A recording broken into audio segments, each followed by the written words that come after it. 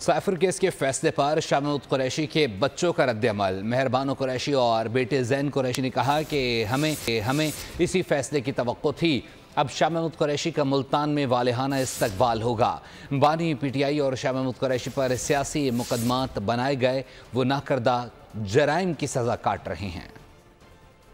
शुक्र अदा करना चाहती हूँ, इन्होंने जो हमें मोहब्बत दी, इज़्ज़त दी और जो दिन रात दुआएं की, ये आज उस सब का फल है कि शाह महमूद कुरैशी साहब और इमरान खान साहब दोनों को साइफर केस में रिहा कर दिया गया है। याद रहे, साइफर वो केस है जिसको कहा करते थे कि ये सबसे ज़्यादा ख़तरनाक और खौफनाक केस है, और आज आपने देखा इस केस में भी कोई जान नहीं रही। जिन सियासी बिना के ऊपर इस केस को बनाया गया, आज अल्हम्दुलिल्लाह इस डिविजनल बेंच के फैसले के बाद अल्लाह ताला के बाद पाकिस्तान की आवाम की नज़रों में अल्लाह ताला ने उन्हें सुरफरू किया है।